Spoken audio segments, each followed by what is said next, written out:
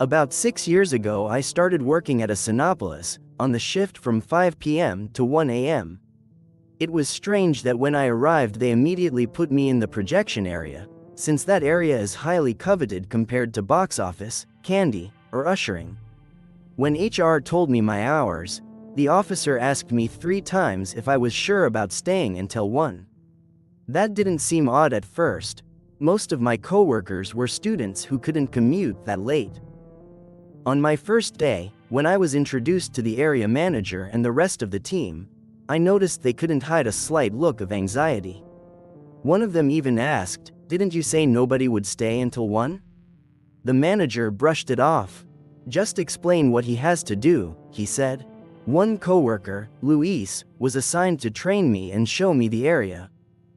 The projection area is a long corridor, about 40 meters long and 5 meters wide, with small rooms on either side where the projectors point toward each theater screen.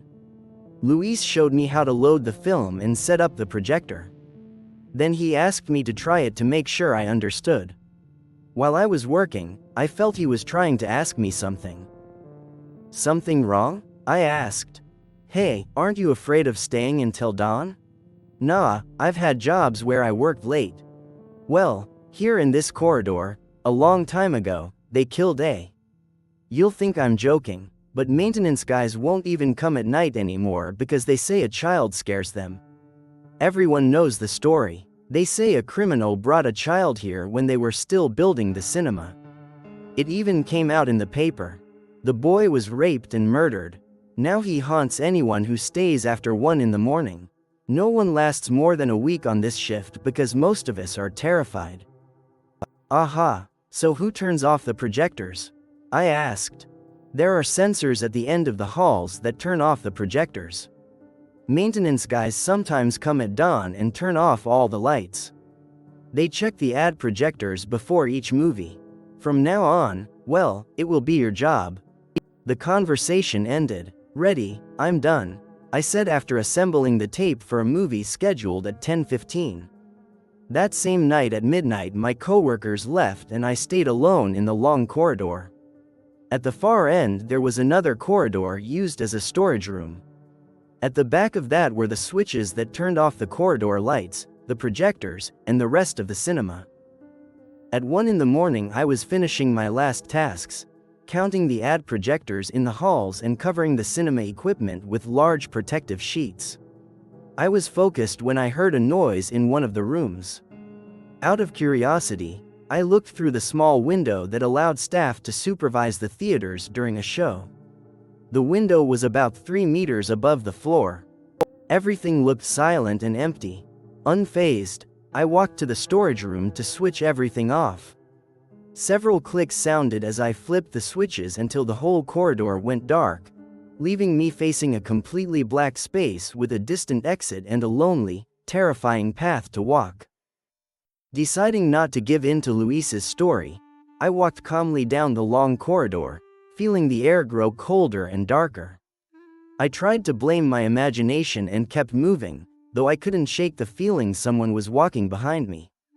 The hallways numbered 13, and the exit was a few meters past Theater 1. Around the 9th theater the corridor felt more oppressive. I passed the 8th, the 7th, and the 6th, and thought I heard a muffled roar behind me. I kept walking. I went by room 5, and when I reached room 4 I heard a hard knock, like knuckles hitting the glass of the window that looked into that theater.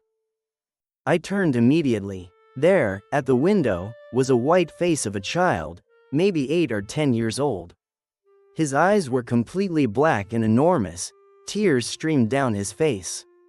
His mouth hung open, giving him an expression of pain and suffocation. It lasted a second. Instantly I ran at full speed toward the exit of the projection area. I don't even know how I managed it, but I made sure everything was properly locked before I left.